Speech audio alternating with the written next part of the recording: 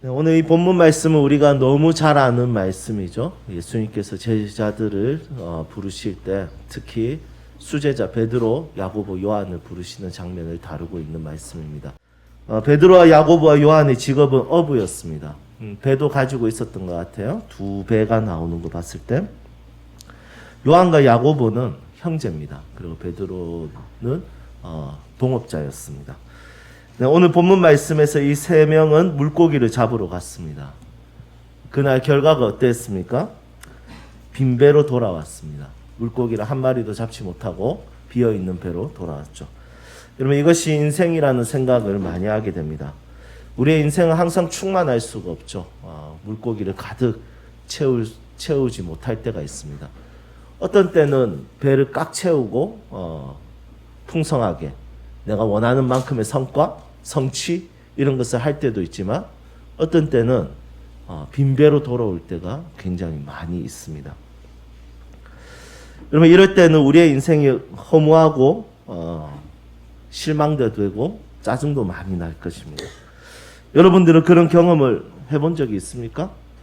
내가 원하는 결과대로 나오지 않고 성과가 나오지 않고 어떤 때는 빈배로, 진짜 인생의 빈배로 집으로 돌아올 때 투벅투벅 그럴 때 있을 거라고 생각합니다. 아니면 엄청 열심히 했는데 내가 왜 살지라는 허무함 속에 집에 좀 지쳐있는 어깨로 들어올 때가 있었을 것입니다.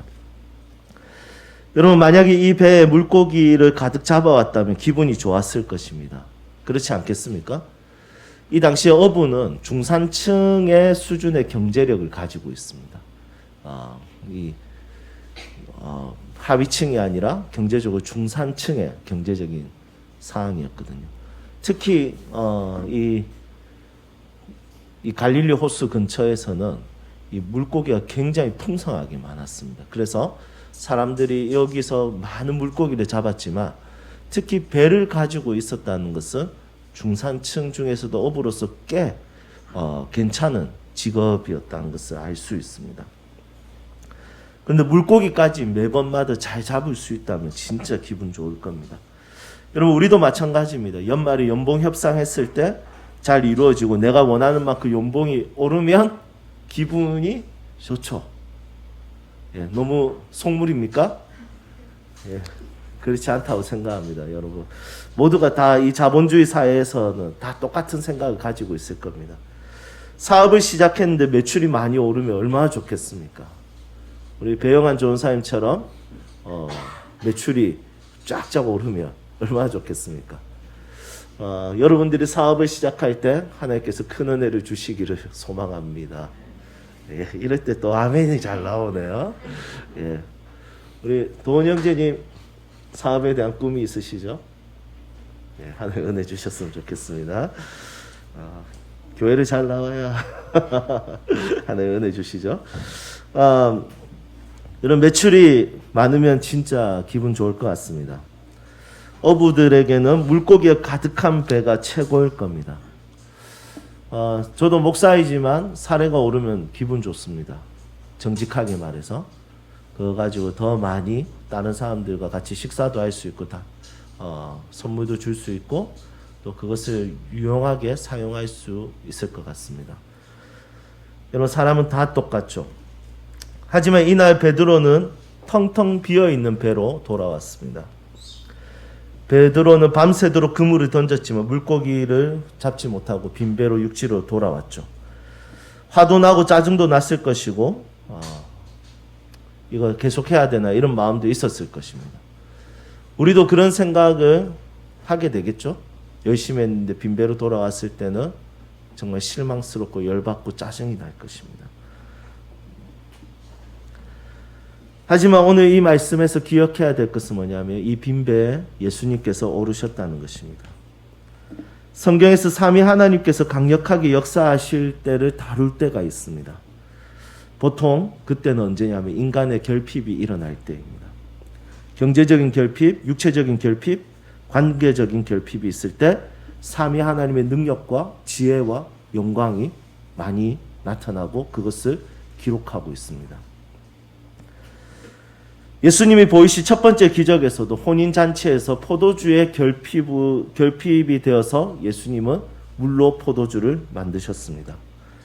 그 당시에 결혼식에서는 포도주의 결핍은 굉장히 치명적인 것입니다. 왜냐하면 그 당시에 결혼식은 일주일이었고 그 혼인잔치를 더 신나게 즐겁게 그 신랑과 신부를 축복하고 격려하고 이렇게 즐거워할 때는 포도주가 굉장히 중요했습니다. 그래서 혼인잔치를 할 때마다 포도주를 맡은 장이 있습니다. 그만큼 굉장히 중요한 것이죠. 가나 혼인잔치에서도 포도주를 맡은 장이 있었어요. 여러분 이런 것을 봤을 때 결혼식에서는 포도주가 떨어지면 안 되는 것이죠. 축제를 망치는 일입니다. 그런데 예수님께서는 그들의 축제를 유지하기를 원했고 예수님께서 물로 포도주를 만들어서 그 혼인 축제를 계속해서 유지할 수 있도록 아니요 더 맛있는 포도주를 만드셔서 그 자리를 더 즐겁게 만드셨습니다. 여러분 예수님께서는 결핍으로 인해서 끊어지는 축제를 다시 한 번 더 그분께서는 그것을 채우시고 그 축제를 유지해 나가시는 분이시라는 거죠. 항상 예수님의 사역은 결핍된 자들을 만나시고 그들에게 가르치시고 그들에게 기적을 나타내시고 돌보시고 보호하시고 이적을 보이시는 것을 보게 됩니다. 예수님께서 제자들에게 예루살렘에 머물러서 성령을 받으라고 하셨습니다. 여러분 성령을 받으라고 했을 때 이 제자들은 성령을 받을 자격이 있었을까요? 아니요, 성령을 받을 자격이 없었습니다. 대단하지 않았습니다. 이때 제자들은 어떤 자들이었습니까? 이때 제자들은 엉망진창이었습니다. 성령을 받을 자격이 전혀 없었습니다. 왜냐하면 예수님을 부인했습니다. 죽음 앞에 둔 예수님께서 기도할 때 이들은 전혀 예수님의 그런 고민과 예수님에 대한 그 걱정에 대해서 아무런 관심도 없이 그냥 잠들어 버렸습니다. 1시간도 기도하지 못하고 잠들었습니다. 3년 동안 스승이신 예수님과 함께 동거동락했지만 저주하면서 부인하고 떠나고 도망가고 그렇게 했었습니다. 그들은 제자로서 완전히 실패했습니다. 그런데 예수님께서는 그 실패한 제자들에게 뭐라고 말씀하시냐면 성령을 받으라 이렇게 이야기합니다. 여러분 제자들은 무엇이 결핍되어 있습니까? 제자들은 의지가 결핍된 자들이었습니다. 의지가 없었습니다. 예수님을 따르고자 하는 의지가 결핍된 상태에서 예수님을 부인하게 되었던 것이죠. 여러분 인생을 살면서 의지라는 것은 굉장히 중요한 것이죠. 그런데 우리는 종종 나의 의지의 결핍 때문에 주저앉고 내려앉는 것을 많이 보게 됩니다.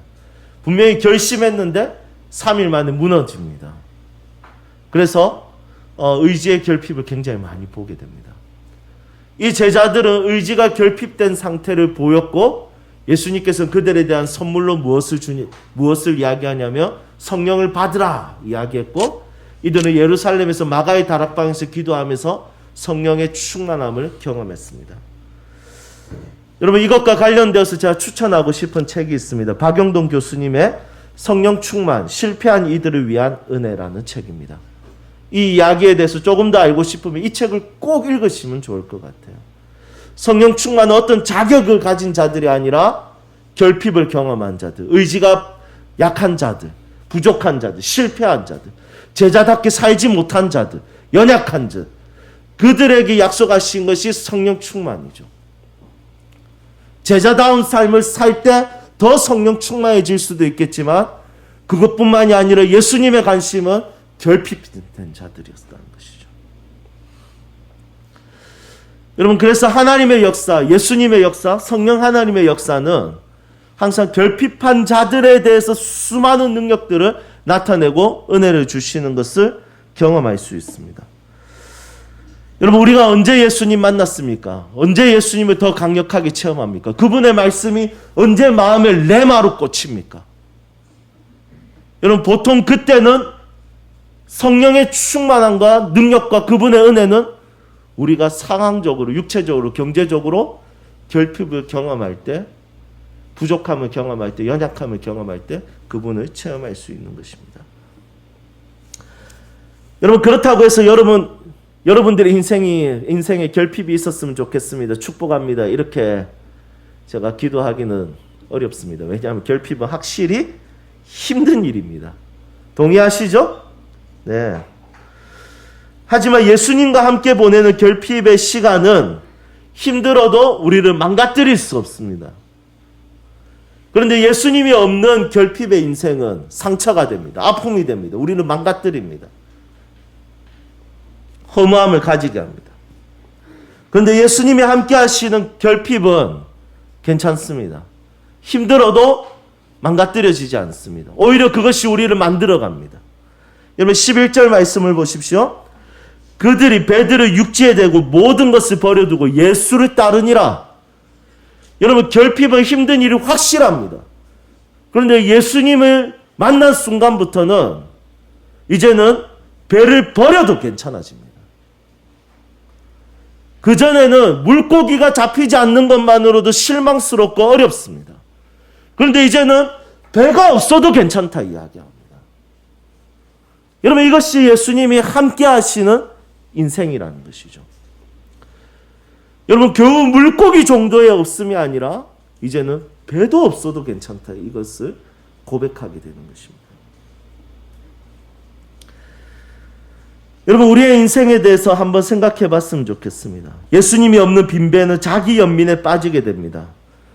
예수님 없는 빈배는 그 사람을 상처투성이로 만들고 원망과 짜증에 사로잡히게 만들고 모든 것을 상황으로 인해서 자기는 무너졌고 망했고 자기는 끝났다라고 이야기할 때가 있습니다.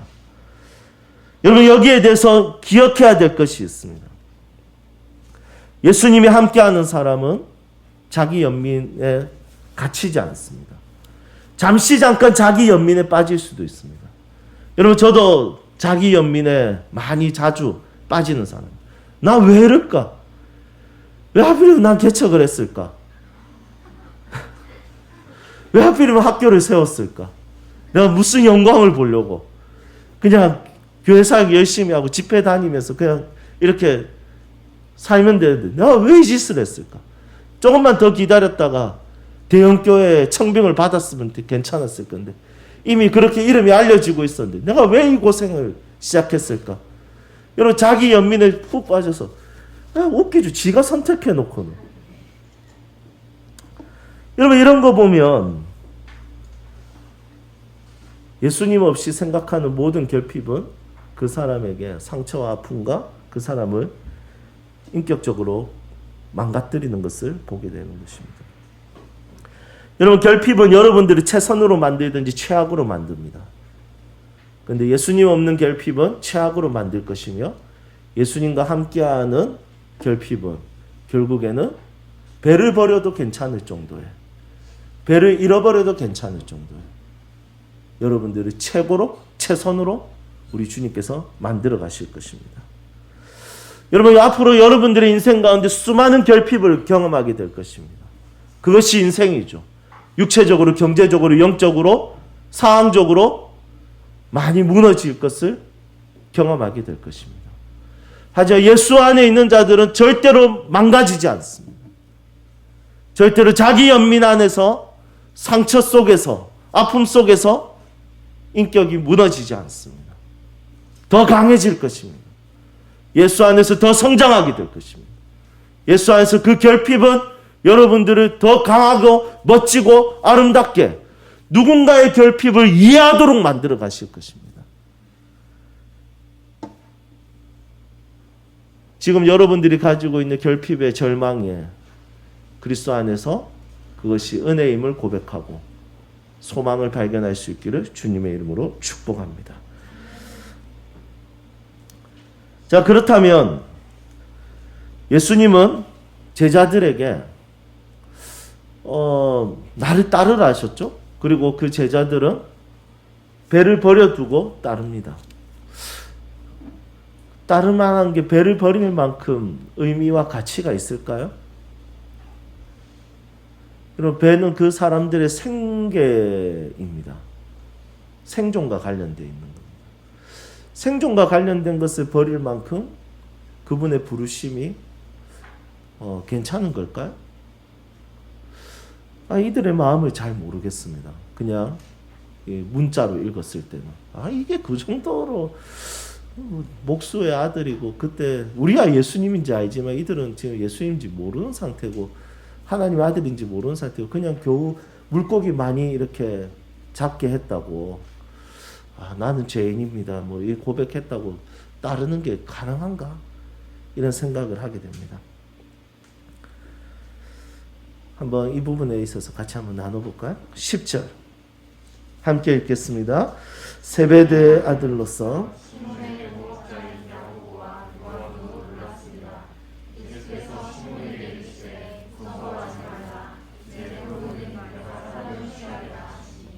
아멘. 여러분, 예수님의 부르심은 영광스러운 일일까요? 정말 내 생계를 다 버릴 만큼 그분의 부르심은 가치 있을까요? 여러분, 여기에 대해서 저는 진짜 심각하게 고민한 적이 있습니다. 진짜 이게 가능한가? 여러분, 그냥 배를 버렸다. 그냥 문자로 읽으면 이거는 그냥 읽을 수 있습니다.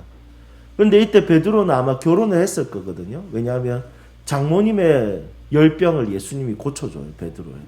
그러니까 아내가 있었다는 이야기인데, 가족이 있었다는 이야기인데, 여러분, 배를 버려뒀다는 것은 가족을 책임지지 않는다는 것일까요? 여러분, 이거 어떤 의미일까요? 이게 과연 가능할까요? 여러분, 이 시대를 살아가는 우리들에게는 예수님이 주시는 소명과 부르심이 그만큼 가치가 있을까요? 제가 자주 하는 이야기지만 이 말씀에서 예수님의 소명이 얼마나 가치 있고 의미 있는지 발견할 수 있습니다.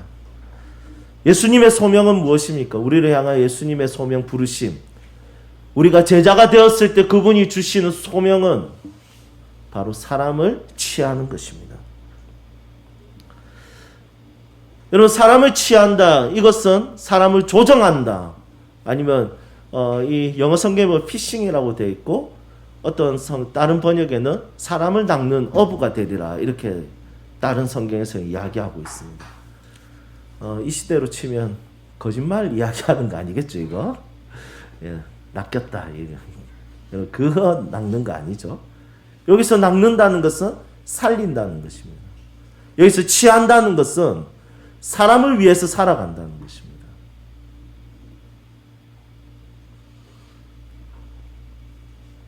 이것이 예수님이 이 세 제자에게 주신 소명이고 부르심이었습니다. 여러분, 예수님께서는 제자들을 불러놓고 그 제자들을 훈련시키고 잘 키운 다음에 소명을 주신 것이 아니라 부르실 때 소명을 주셨어요. 여러분, 제자로 부르실 때 소명자로 부르셨어요. 사명자로 부르셨어요. 그래서 저희 교회가 가지고 있는 독특한 문장이 몇 개 있죠. 그 중에 하나가 뭐냐면 성도이면서 제자이면서 사명자인 것. 여러분, 이미 제자가 된다는 것은 훈련 받아야지 사명자로 넘어가는 것이 아니라 이미 그 순간부터 부르심 자체가 사명자인 거예요. 그런데 제자들로 부름을 받았다는 것은 어떤 부르심을 받은 거냐면, 어떤 사명을 받은 거냐면 바로 사람을 취하는 소명을 받는 것입니다. 즉 그리스도의 제자로 사는 것은 사람을 위해 사는 것입니다. 요한복음에서는 부활하신 예수님께서 제자들을 만날 때 이렇게 말씀하십니다. 베드로에게 네가 나를 사랑하느냐? 예, 사랑합니다. 내 양을 먹이라. 여기서 양이라는 것은 목축업이 아니잖아요. 여기서 양이라는 것은 결국에 사람에 대한 이야기입니다. 그리스도의 제자로 산다는 것은 사람에 대한 시선과 시각과 사람에 대한 관점과 사람을 어떻게 대할 것이고 어떻게 여길 것인지에 대해서 바꾸는 것입니다. 여러분, 이것을 전도에 대해서 한계를 둘 수가 없습니다. 이것은 전도 이상의 것입니다. 신약 성경을 쭉 읽다 보면 복음의 이야기도 있지만 이것은 그들을 위로하고 그들을 도와주고 그들과 함께 지내고 함께 먹고 함께 마시는 것을 이야기합니다. 여러분, 예수님께서 사람을 취할 때 세 가지 방식으로 취하셨습니다. 첫 번째는 복음을 전파하는 사역으로 취하셨습니다. 하나님 나라를 전했습니다. 두 번째는 가르치는 사역으로 사람을 취하셨습니다. 성경적 세계관, 하늘나라의 관점과 기독교 세계관을 하늘나라의 관점을 가르치셨습니다. 세 번째는 돌보시는 사역이었습니다. 고치시는 사역. 이것이 예수님이 사람을 취하는 방식이었습니다. 여러분, 우리가 전도하는 이유는 뭐냐면 사람이 소중하기 때문에 가장 최고의 선물인 복음을 주고 싶어 하는 것이죠. 우리 가정은 제가 제일 먼저 예수님을 믿었습니다. 예수님 믿고 난 다음부터 제 인생의 꿈에도 소원은 무엇이었을까요? 우리 부모님이 예수님을 믿는 것이었습니다. 그때 주 예수를 믿으라 그리하면 너와 내 집이 구원을 얻으리라, 이 말씀 한 구절 가지고 엎드리고 눈물 흘리면서 금식하면서 기도했습니다. 여러분, 그렇게 부모님에 대해서 염려를 많이 하는 타입은 아닌데 이삭에게 예수님 믿으니까 가장 사랑하는 부모님에게 복음이라는 선물을 주고 싶었던 것이었습니다. 여러분, 사람을 소중하게 여기는 그리스도인들은 복음을 주고 싶어 하겠죠. 나에게 가장 소중한 나의 자녀들에게 제가 꼭 주고 싶어 하는 것은 좋은 집이나 좋은 많은 돈이 아니라 예수 그리스도의 복음을 주고 싶습니다. 여러분, 우리는 전도해서 교회를 키우고 전도해서 내가 유명해지고 이것이 아니라 사람을 소중하게 여기는 순간 복음을 전하게 되어 있습니다. 그리고 사람을 소중히 여기기 때문에 내가 조금 더 가진 재능을 나누려고 합니다. 내가 가지고 있는 재능을 버려두지 않고 그냥 내가 생존을 위해서 사용하는 것이 아니라 나누려고 하는 것이죠. 제가 작년에 안식월 했지 않습니까? 3개월 동안. 여러분, 그때 제가 하나의 계획을 딱 세웠습니다. 3개월 동안 빵 굽는 걸 연습해서 우리 성도님들에게 집집마다 돌아다니면서 스콘을 배달을 해야 되겠다. 스콘을 만들어 보니까 희낭시에도 해봐야 되겠다. 그런 생각이 들어서 3개월 동안 밀가루 그냥 난리도 아니었어요. 누가 스트레스 제일 많이 받았겠어? 아내가 스트레스, 밀가루 막 난리 났었습니다. 여러분, 3개월 동안 그 연습했습니다. 물론 우리 교회 집사님들 보면 빵 잘 굽는 집사님들 너무 많습니다. 집사님들 만드신 얼그레이 스콘 같은 거 먹어보면 입에서 녹습니다. 그런데 돌아다니진 않지 않습니까? 그래서 제가 그때는 난 무조건 돌아다니면서 그냥 주일날 다 모여서 하는 게 아니라 그냥 한 바퀴 쫙 돌면서, 우리 교회 또 지역교회가 아니다 보니까 다 멀리 살지 않습니까? 울산, 명지, 진, 여러분 너무 멀어가지고 이틀 동안 진짜 운전 너무 많이, 발목이 아플 정도로. 그런데 3개월 동안 연습한 그 아무것도 아닌 거 여러분 성도님들과 나누고 싶어서 스콘을 다 구워가지고 나눠주는데 너무 기쁘고 즐거웠습니다. 행복했습니다. 내가 가지고 있는 정말 조금의 강점, 조금의 장점, 여러분 그것조차도 사람을 위해서 사용하기를 원하는 마음을 가지게 되더라고요.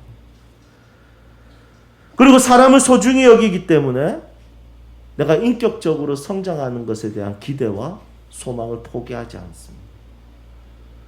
여러분, 사람을 소중하게 여기는 마음과 비전을 가지게 되면 그것에 대해서 따라오는 내 삶의 방향이 많이 잡히는 것을 보게 됩니다. 물고기를 잡는 어부들, 노동의 일을 하는 그들에게는 인문학적 사고라든지 인간에 대한 관점이라든지 이런 것들이 그렇게 많이 있진 않았을 거라는 생각을 하게 됩니다. 그렇지만 예수님께서는 그들에게 야기함, 사람을 낚는 어부가 되리라. 결국엔 사람을 위해서 사는 제자로 키우시는 것입니다. 여러분, 하나님을 위해서 거룩한 사역을 감당하는 것은 종교적인 행위에 머물 수 없습니다. 사람과의 관계에서 사람에 대한 태도와 사람에 대해서 어떻게 생각하고 어떤 가치를 가지고 있는지가 제일 중요합니다. 저는 이 말씀을 읽었을 때, 그냥 읽었을 때 모르겠지만 사람을 취한다, 이 말 한마디에 계속 곱씹어 보니까 아하, 배 버릴 수 있겠구나.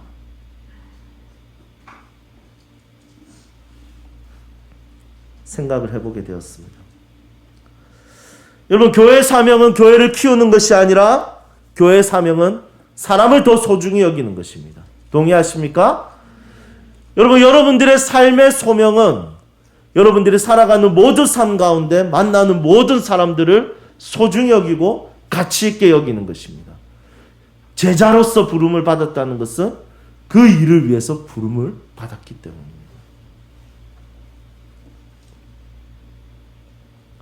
이제 말씀을 정리하겠습니다.